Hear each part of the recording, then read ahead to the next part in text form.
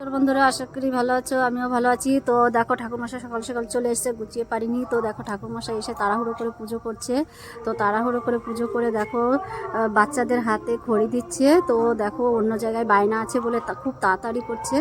তো দেখো পুজোর জন্য সবাই ওয়েট করছে। তো যোগ্য হয়ে গেছে। তো বাচ্চাদের হাতে খড়ি দিয়ে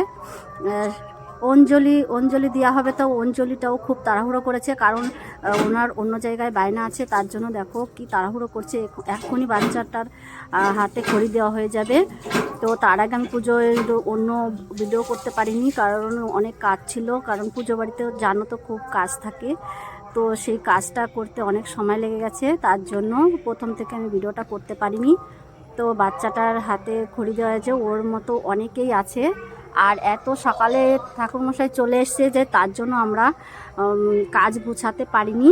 গোছাতে অনেক টাইম লেগেছে, দেখো অনেক মানুষ, তবুও অনেক টাইম লেগেছে গোছাতে। তো পুজো প্রায় শেষের দিকে। বাচ্চাটার হাতে খড়ি দেওয়া হলে পরে ওর মতো আরও কাছে তাদেরও দেবে। তো ঠাকুরমশাইয়ের জন্য আরও অনেকে বসে আছে। দেখো ওটা হাতে খড়ি দেওয়া হয়ে গেছে। বাচ্চাটাকে বলছে নমস্কার করতে, দেখো নমস্কার করতে হয় কিভাবে সেটাও বোঝে না। তো ঠাকুরমশাই সেটা শিখিয়ে দিচ্ছে।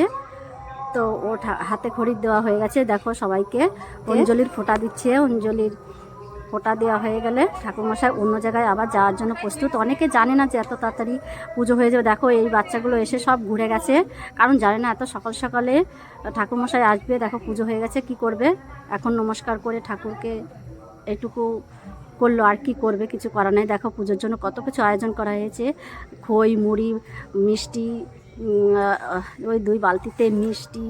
তারপরে এই দেখো সবাই দাঁড়িয়ে আছে, সবাই জিজ্ঞাসা করছে এত তাড়াতাড়ি পুজো হয়ে যাবে। আমরা জানি না, জানলে আরও আগে আসতাম। তো এসে দেখে পুজো হয়ে গেছে, কি করবে, কিছু করার নেই। তো অন্য বাড়িতে পুজো করবে ওরা। তো বাচ্চাগুলো সব বসে আছে। এই দেখো ফল প্রসাদ